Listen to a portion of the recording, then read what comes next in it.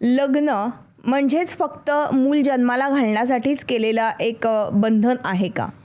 पहा, जशी आपली हिंदू संस्कृती आहे किंवा म्हणजे मी जसं आमचं मॅट्रिमोनियल महाराष्ट्रीयन्स किंवा मराठी कम्युनिटीसाठी आम्ही काम करतो, तर असा अभ्यास आहे की लग्न म्हणजे एक आपलं वय असतं, बरोबर, की त्याच्यावर त्याच वेळेस आपण लग्न केलं की बरोबर. आपण आनंदी जीवन जगू शकतो किंवा त्याच वेळेस आपल्याला मुलं झालीत तर ती हेल्दी होतात वगैरे. लग्नाचं मूळ हेच आहे की आपलं पुढची जी आपली पिढी आहे ती घडवणं. बरोबर. आता कालानुसार जसे चेंजेस आले तर काही जण म्हणतात की त्यांना भीती वाटते किंवा माहीत नाही की आता वेगवेगळे पण असतात की काही जणांना मुलंच होत नाहीत किंवा शहरात राहत असतात किंवा वेगवेगळे मेंटल प्रेशर्स असतात आणि काही जण ऑप्ट करतात की आम्हाला मुलंच नको कारण का आम्हाला वेळ पण नाही. त्यांची कारणं विविध असू शकतात.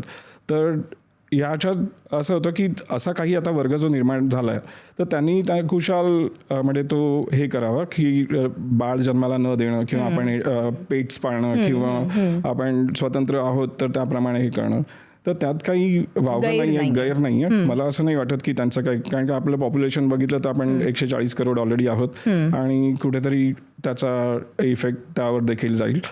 तर त्यात काही वावगं नाही आहे. ज्यांना वाटतंय त्यांनी हे करावं. पण लग्नाचा मूळ उद्देश पुढची पिढी घडवणं, प्रोडक्टिव्हिटी, मूल जन्माला घालणं हेच असतं आणि त्याच्यातून जे मुलं जन्माला येतात, 1 असो 2 असो 3 असो, पण त्यातून तुम्हाला जो नॅचरली निसर्गाने बनवलेलं जे आहे चक्र, त्यात तुम्हाला जे आपल्या पेरेंटिंगचे एक भावना वेगळ्या असतात, एक आनंद वेगळे असतात, त्यांना संगोपन करण्याची एक वेगळी एक आपल्याला पद्धत असते आणि परिपूर्णता आपल्याला जो फिलिंग येतो तो लग्नानुसार होतो आणि हे नैसर्गिक आहे. तर लग्न योग्य वयात केलीत आणि जर केलीत तर उत्तम आणि ज्यांना नाही करायचे तर त्यांनी त्यांच्यावर कोणतं बंधन नाही आहे.